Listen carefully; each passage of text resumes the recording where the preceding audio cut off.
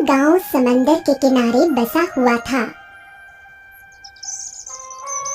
उसी गांव में केशव नाम का एक मछुआरा रहा करता था। एक सुबह जब केशव जाल लेकर मछलियां पकड़ने जाने ही वाला था, तभी उसकी 5 वर्ष की पुत्री आरती बुरी तरह से फूट फूट कर रोने लगी। अरे अरे अरे अरे, रो मत बेटा, रो मत। मैं मछलियां पकड़कर कुछ देर बाद आऊंगा। तब तक मैं तुम्हें पड़ोस की अर्चना ताई के घर छोड़ देता हूँ, ठीक है ना बेटा? चलो। इतना कहकर केशव ने अपनी पुत्री आरती को उठाया और अपना ख्याल रखने की बात कहते हुए अर्चना ताई के घर चला गया। अर्चना ताई, मैं कुछ देर बाद आ जाऊंगा। तब तक मेरी बेटी का ख्याल रखना, है ना? ऐसा कब तक चलेगा केशव? तेरी पत्नी का देहांत हुए 2 वर्ष से ज्यादा हो चुके हैं। तेरी बिटिया 5 वर्ष की हो गई है। इसे एक माँ की जरूरत है। तू कब समझेगा? अर्चना ताई की बात सुनकर केशव की आंखों में आंसू आ गए। क्या करूं ताई, मैं अपनी पत्नी से इतना प्रेम करता था कि किसी और के बारे में सोच ही नहीं पाता। मुझे नहीं लगता कि अब कोई मेरी पत्नी जैसी सुशील और संस्कारी लड़की मिलेगी। आप मेरी बेटी का ख्याल रखिएगा। मैं थोड़ी देर में लौट कर आता हूँ, है ना? हाँ।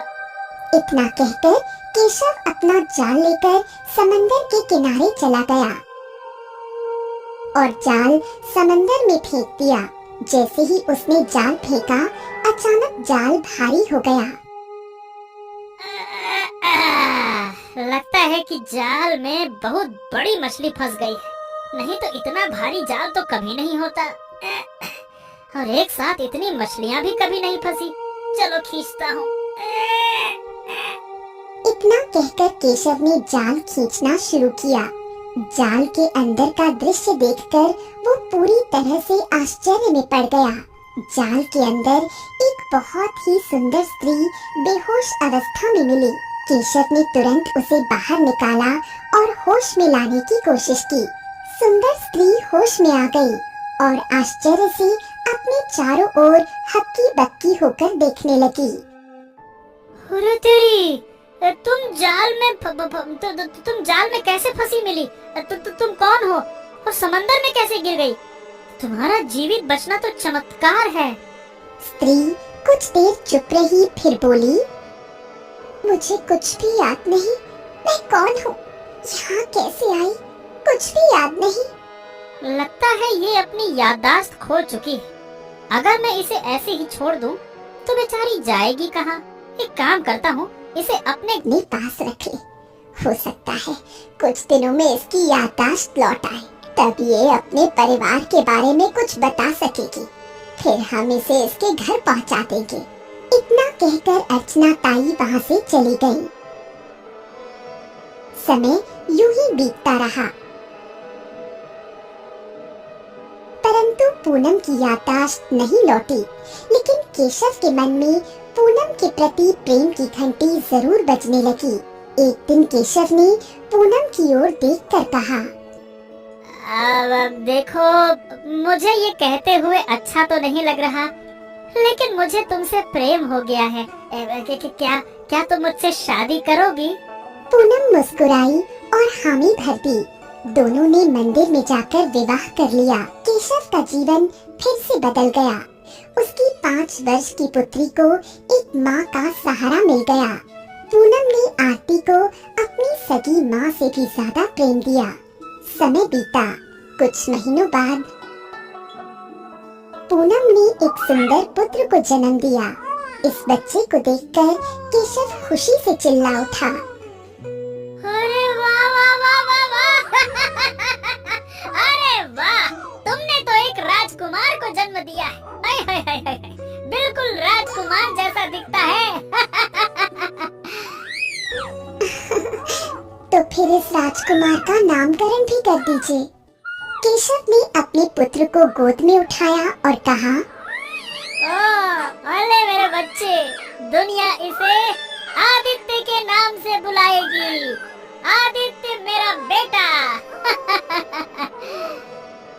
समय यूं ही बीतता गया। पूनम के हाथों आदित्य और आरती की परवरिश होने लगी। पूनम ने दोनों को सगी माँ की तरह प्रेम किया।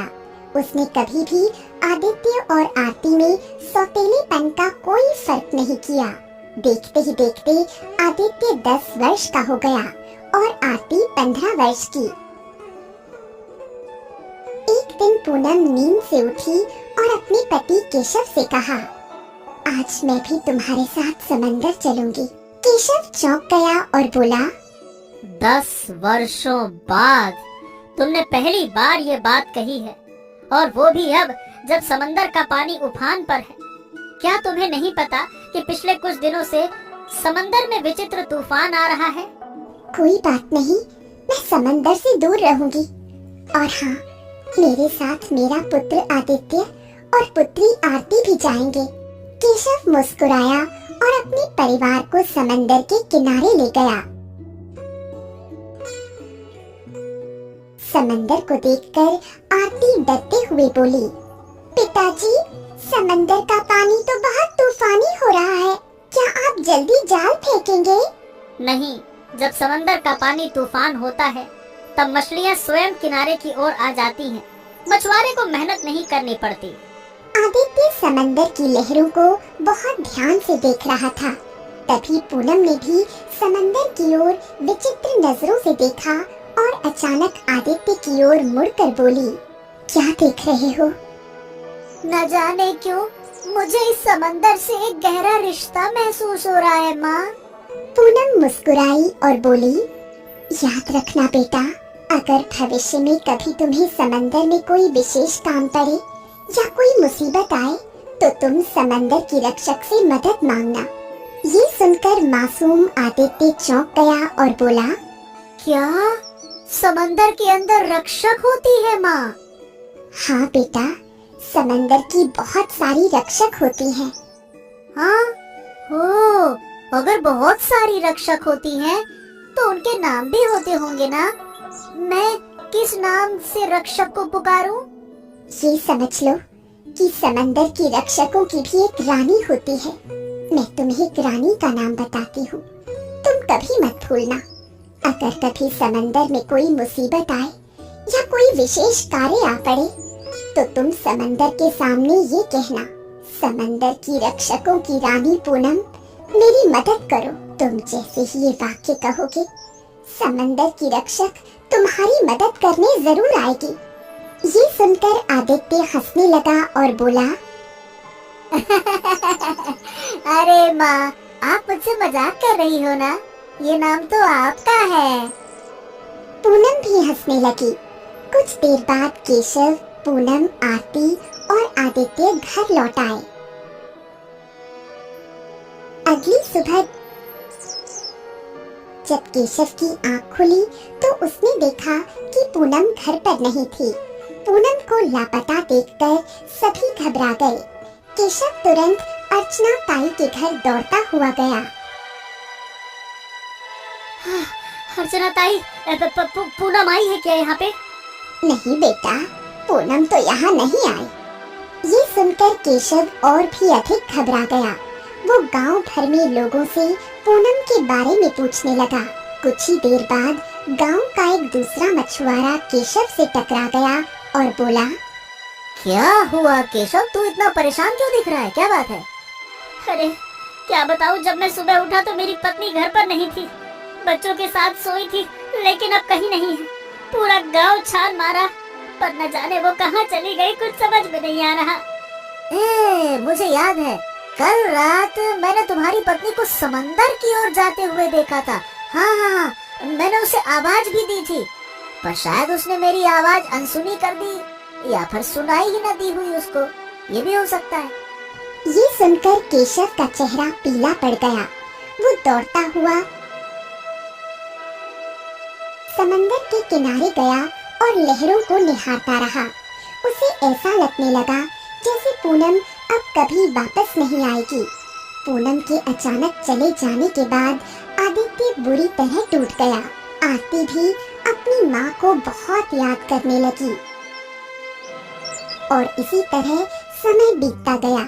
देखते ही देखते 10 वर्ष और बीत गए। आदित्य अब 20 वर्ष का एक सुंदर नौजवान बन गया और आरती 25 वर्ष की हो गई। बचपन से ही माँ की गुमशुदगी ने आदित्य को गंभीर बना दिया था। वो लोगों से बहुत कम बात करता और केवल अपने काम से काम रखता। एक दिन आदित्य समंदर से घर लौट रहा था कि तभी उसे उसके गांव का मुखिया मिल गया। आदित्य, हाँ, अच्छा हुआ कि तू यही मिल गया। मैं तो तुझे ही ढूंढता हुआ आ रहा था। क्या बात है मुखिया जी? अरे क्या हुआ रे? तू कौन सी दुनिया में रहता है? तुझे कुछ खबर भी है कि नहीं है? आरती, अरे तेरी बहन अब 25 वर्ष की हो चुकी है। इस उम्र में लड़कियों के हाथ पीले हो जाते हैं और तू अभी तक उसे घर पर ही बैठा कर रखा है। क्या है रे ये? है? ये सुनकर आदित्य गंभीर हो गया। हाँ, आप बिल्कुल सही कह रहे हैं मुखिया जी। मैं आज ही इस विषय में अपने पिताजी से बात करता हूँ। ठीक, धन्यवाद। इतना कहकर आदित्य वहाँ से चला गया और सीधे अपने पिता केशव के पास पहुँचा।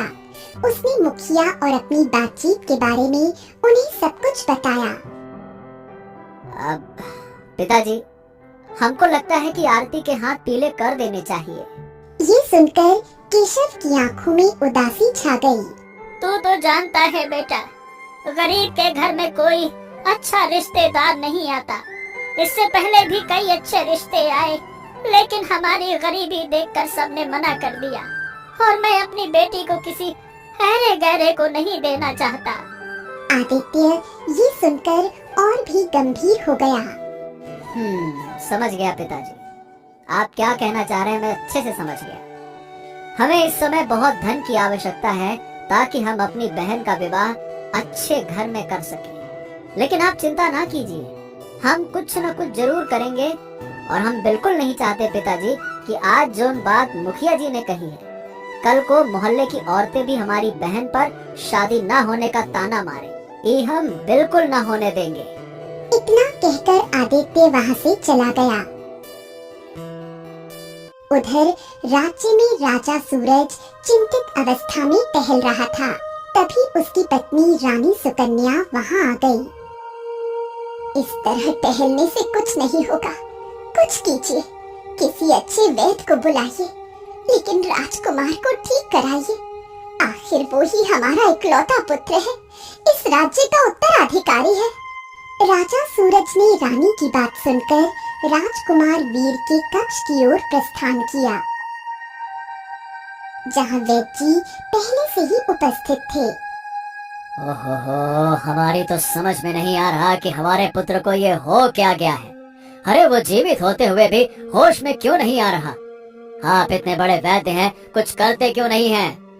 राजवैद्य गंभीर स्वर में बोले, आपके पुत्र को एक अत्यंत दुर्लभ बीमारी हो गई है राजा जी, जो हजारों वर्षों में किसी किसी को होती है। इसका कोई सामान्य इलाज नहीं है, इसका बचना असंभव माना जाता है। ये सुनकर रानी सुकन्या बिलख उठी। नहीं, मेरे पुत्र को कुछ नहीं हो सकता। कुछ भी कीजिए राजवैद्य, लेकिन मेरे बेटे को जीवित रखिए। राजवैद्य ने गंभीरता से राजा और रानी की ओर देखा और बोले, ठीक है, एक उपाय है। हाँ, तो ठीक है, बताइए ना वो क्या उपाय है। चाहे वो संसार के किसी कोने में ही क्यों ना हो, मैं उसे ढूंढ कर ले आऊंगा। बताइए। उसके लिए आपको संसार के किसी एक कोने में नहीं, बल्कि समंदर के भीतर जाना होगा। समंदर के अंदर एक जलमणि होती है। अगर उस जलमणि का स्पर्श राजकुमार वीर के शरीर से किया जाए तो वो पूर्णतः स्वस्थ हो सकता है। लेकिन वो जलमणि तो कोई भी ला सकता है ना? नहीं, उस जलमणि को केवल वही प्राप्त कर सकता है जिसके शरीर में 2 प्रजातियों का रक्त बहता हो, जिसका मन लोभ और मोह से मुक्त हो और जिसका दिल पूर्णतः शुद्ध हो। 2 प्रजातियों का रक्त? आपका मतलब क्या है? मैं समझा नहीं। राज वैद्य एक विचित्र मुस्कान के साथ बोले। दो प्रजातियों से मेरा आशय है। जैसे हम मनुष्य इस पृथ्वी के वासी हैं, वैसे ही आकाश गंगा में और भी जीव हैं जो पृथ्वी पर प्रकट हो चुके हैं। यदि किसी एक अन्य ग्रह का प्राणी पृथ्वी पर आ गया हो और उसने किसी मानव स्त्री से संतान उत्पन्न की हो, तो उस संतान के शरीर में मनुष्य और परग्रहवासी दोनों प्रजातियों का रक्त होगा। ये सुनकर राजा सूरज हक्का बक्का रह गया। क्या बात कर रहे हैं? ये काम तो असंभव है। लेकिन ठीक है, फिर भी मैं हार नहीं मानूंगा। देखता हूँ मैं। इतना कहकर राजा सूरज ने सारे राज्य में ऐलान करवा दिया। सुनो सुनो सुनो, जो कोई भी समंदर के भीतर से जलमणि प्राप्त करके लाएगा, राजा सूरज उसे अपना आधा राज्य सौंप देंगे। सुनो सुनो सुनो। जब ये बात उड़ते उड़ते आदित्य के कानों तक पहुंची, तो वो तुरंत अपने पिता केशव के पास गया। पिताजी, अगर हम जलमणि को प्राप्त करके राजा सूरज को दे दें, तो वो तो हमको आधा राज्य सौंप देंगे। लेकिन हमको आधा राज्य नहीं, हमको तो बस केवल बहुत सारा धन चाहिए। हम उनसे वही मांगूंगा, ताकि अपनी बहन आरती का विवाह बढ़िया से कर सकूं। क्या कहते हैं पिताजी? अरे क्या कहते हैं? क्या तुम पागल हो गए हो क्या? जलमणि केवल दंत कथाओं तक सीमित है, उसका कोई भी वजूद नहीं है। फालतू की बात करते हो। लेकिन पिताजी, हमारा मन नहीं मानता। हमारा मन कहता है कि जलमणि सच में समंदर में कहीं ना कहीं तो जरूर मौजूद है। ओहो, मान लिया कि वो कहीं मौजूद है, तो तुम उसे हासिल कैसे करोगे? समंदर कोई तुम्हारे गांव जितना छोटा नहीं है, वो इतना विशाल है कि उसका कोई अंदाजा ही नहीं लगा सकता। समंदर के अंदर तुम उसे कहाँ ढूंढोगे बताओ भला? तुम एक असंभव कार्य करने की सोच रहे हो, समझे? आदित्य ने अपने पिता की बात का कोई उत्तर नहीं दिया और सीधे राजमहल की ओर चल पड़ा। राजमहल के दरबार में राजा सूरज अपनी पत्नी रानी सुकन्या के साथ बैठा था। आदित्य ने राजा सूरज की ओर देखा और कहा, महाराज, हम हैं आदित्य, एक मछुआरा। अगर हम जलमणि ढूंढकर आपके हवाले कर दें, तो क्या आप सच में हमको अपना आधा राज्य देंगे? हमने वचन दिया है और ये समस्त प्रजा जानती है कि हम अपने वचनों के कितने पक्के हैं। यदि तुम ये कार्य पूरा कर दो, तो केवल आधा राज्य ही नहीं, हम तुम्हें बहुत कुछ देंगे। महाराज, ना मुझे आपका आधा राज्य चाहिए, न बहुत कुछ। हमको तो केवल इतना धन चाहिए जिससे हम अपनी बहन आरती का विवाह धूमधाम से कर सकें। इसके अलावा हमको और कुछ नहीं चाहिए। ये सुनकर राजा सूरज चौंक गया। विश्वास नहीं होता कि आज भी संसार में तुम्हारे जैसे मनुष्य हैं, जो अपनी जान दांव पर लगाकर जलमणि को प्राप्त करना तो चाहते हैं, पर बदले में केवल थोड़ा सा धन मांगते हैं, वो भी जरूरत का। शाबाश, हमें मंजूर है। ठीक है। आदित्य ने सिर झुकाकर प्रणाम किया और महल से वापस अपने घर लौट आया। अगली सुबह वो एक विशाल नाव तैयार करने लगा। तभी वहां आरती और उसके पिता केशव आ पहुंचे। ये तुम पागल हो गए हो क्या बेटा? वहाँ मत जाओ। पिताजी सही कह रहे हैं भैया, मैं नहीं चाहती कि आपको कुछ हो जाए। आप इतने बड़े समंदर में जलमणि को कहाँ ढूंढेंगे? आदित्य ने रहस्य से भरी दृष्टि से अपनी बहन आरती की ओर देखा। तुमको याद है आरती, जिस दिन माँ हमारे साथ आखिरी बार समंदर के किनारे आई थी, तो उन्होंने क्या कहा था कि समंदर के अंदर बहुत सारी रक्षक रहती हैं। अगर कभी भी समंदर से कोई वस्तु चाहिए या कोई विपत्ति आए, तो रक्षक को पुकारो। रक्षकों की एक रानी भी होती है, वो जरूर हमारी मदद करेंगी आरती। हाँ।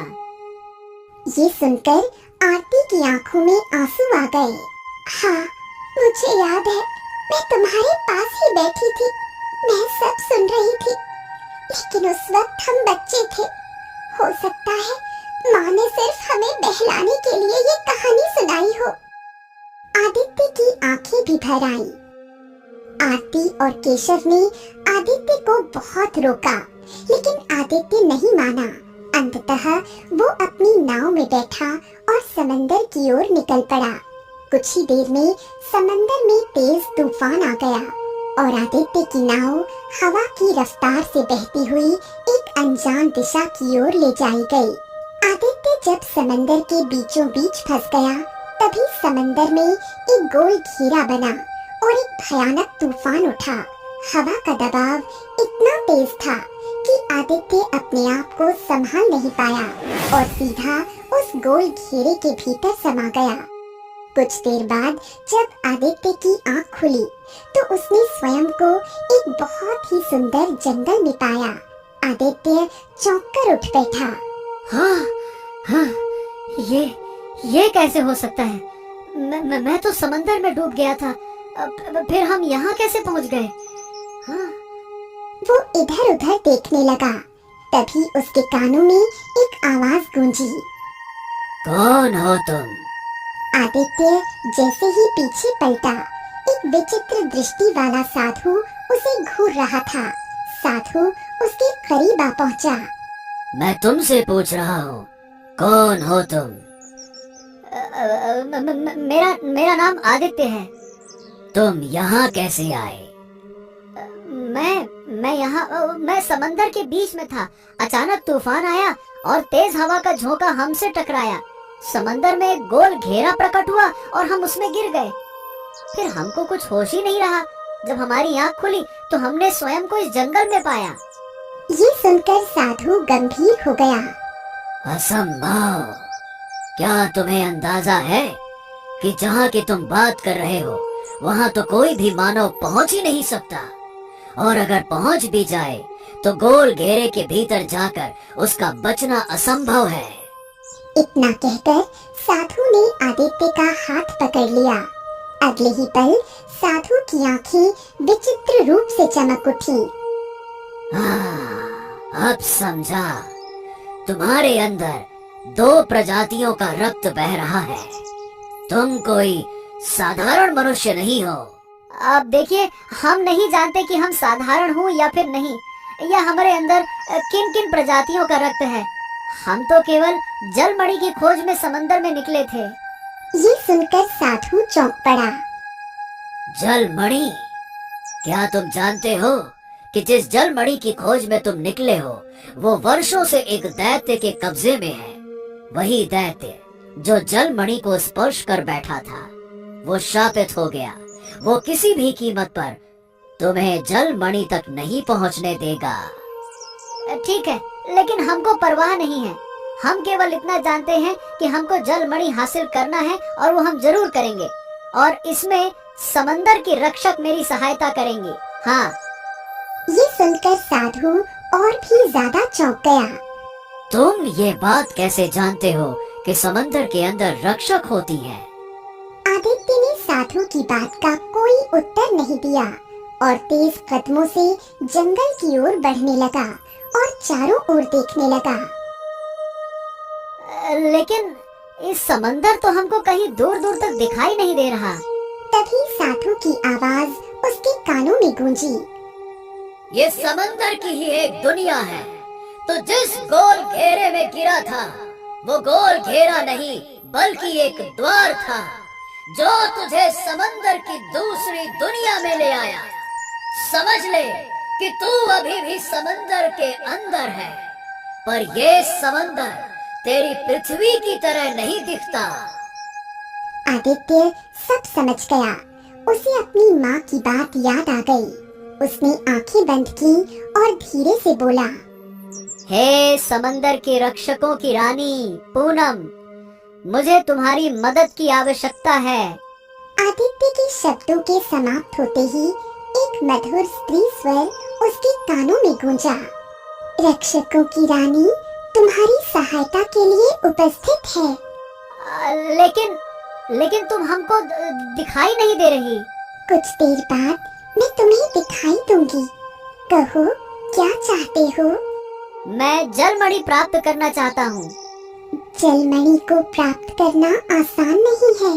वो एक दैत्य के कब्जे में है।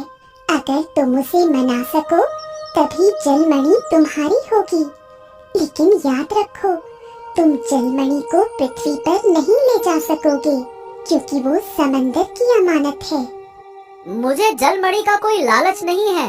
मैं तो केवल अपनी पृथ्वी के राजकुमार वीर को विचित्र बीमारी से बचाना चाहता हूँ।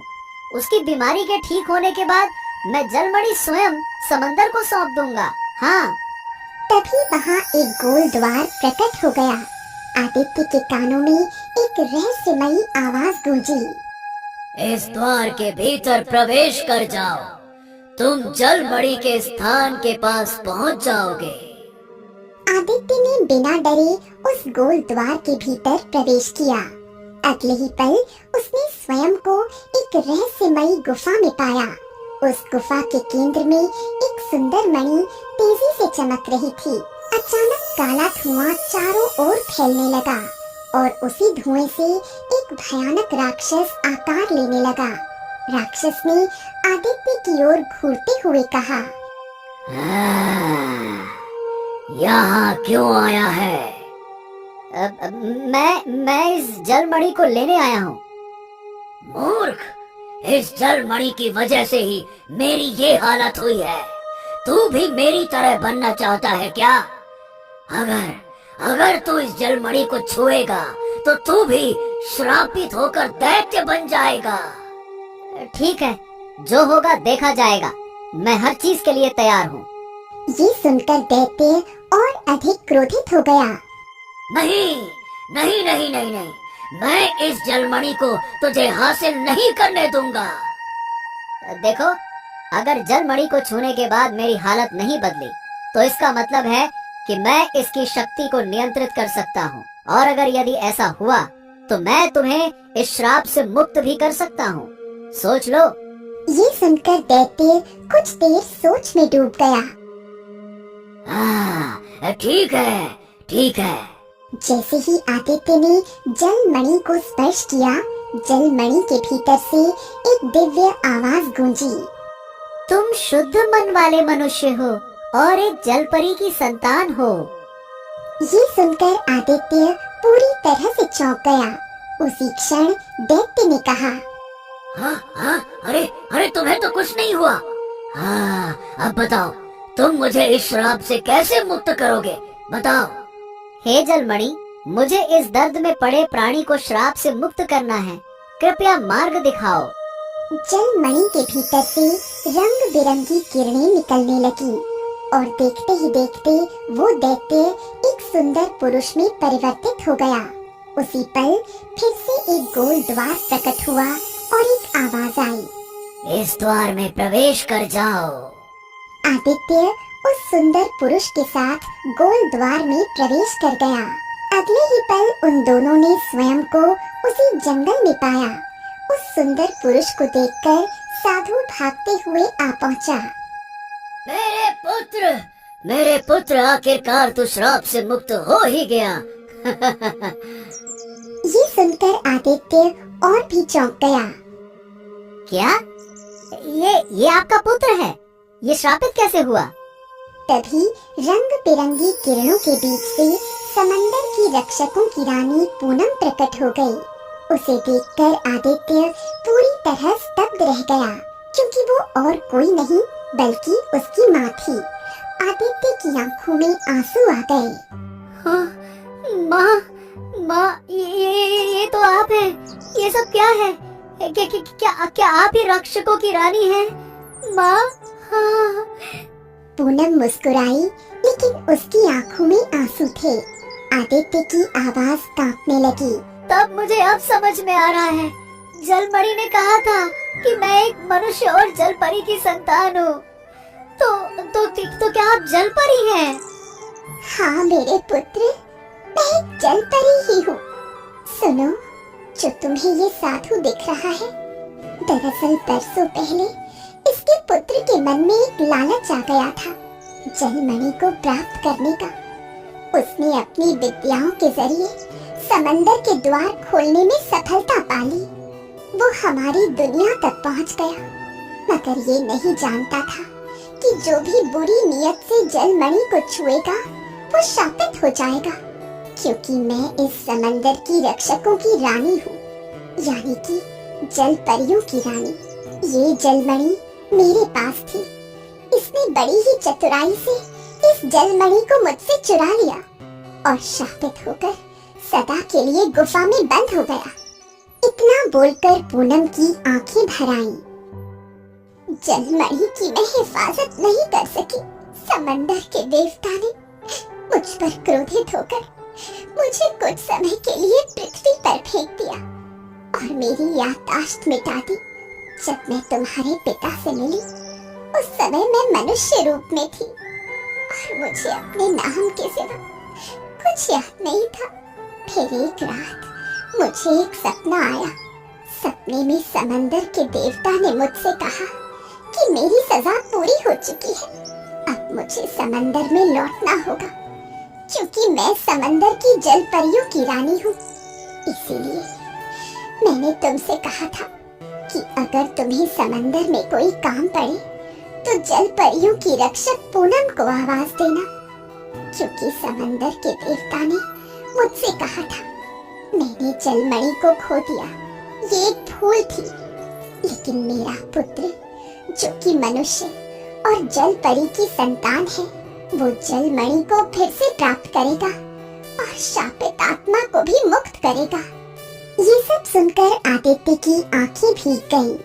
साधु और उसका पुत्र सिर झुकाकर जल परियों की रानी से क्षमा मांगने लगे। अपनी आंखें बंद करो। सभी ने आंखें बंद कर ली। अगले ही पल उन सभी ने अपने आप को समंदर के किनारे खड़ा पाया। वहाँ केशव और आरती पहले से ही मौजूद थे। अपनी माँ को देखकर आरती फूट फूट कर रोने लगी और दौड़ते हुए पूनम से लिपट गई। आदित्य ने आरती को सारी सच्चाई बताई। केशव स्तब्ध रह गया। मुझे क्षमा कर दो। जब मैंने तुमसे विवाह किया था तब मुझे कुछ याद नहीं था। मैं एक साधारण स्त्री बनकर तुम्हारे साथ रही, पर अब हम साथ नहीं रह सकते। ये संभव नहीं है। लेकिन तुम अपने बच्चों से मिलने के लिए आ सकती हो। हाँ। अब आ सकती हूँ। पहले मुझे इजाजत नहीं थी, लेकिन अब आ सकती हूँ। इतना बोलकर पूनम आदित्य से बोली, जाओ पुत्र, जलमणि लेकर आओ और राजकुमार वीर को स्वस्थ कर दो। आदित्य तुरंत राजमहल की ओर दौड़ा। उसने जलमणि राजवैद्य को सौंपी। राजवैद्य ने उसे श्रद्धा से देखा और जैसे ही जलमणि को राजकुमार के शरीर से स्पर्श कराया, राजकुमार वीर होश में आ गया। राजा सूरज ने आदित्य को बहुत सारा धन देना चाहा। आदित्य ने मना किया, मगर नहीं नहीं नहीं नहीं, तुम्हें यह धन लेना ही होगा। लो। आदित्य वो सारा धन लेकर अपने घर लौटा। वहाँ उसकी माँ पूनम बैठी थी। आदित्य ने जलमणि पूनम के हाथों सौंप दी। मेरे जाने का समय आ गया है, लेकिन अब मैं अपने बच्चों से मिलने आती रहूंगी। इतना कहकर पूनम रंग बिरंगी किरणों में समा गई और समंदर में विलीन हो गई। इस तरह एक मछुआरे का बेटा, जिसे दुनिया ने केवल एक गरीब समझा, उसने समंदर की रानी को खोजा, एक शापित आत्मा को मुक्त किया, राजकुमार की जान बचाई और अपनी बहन के लिए सम्मान और धन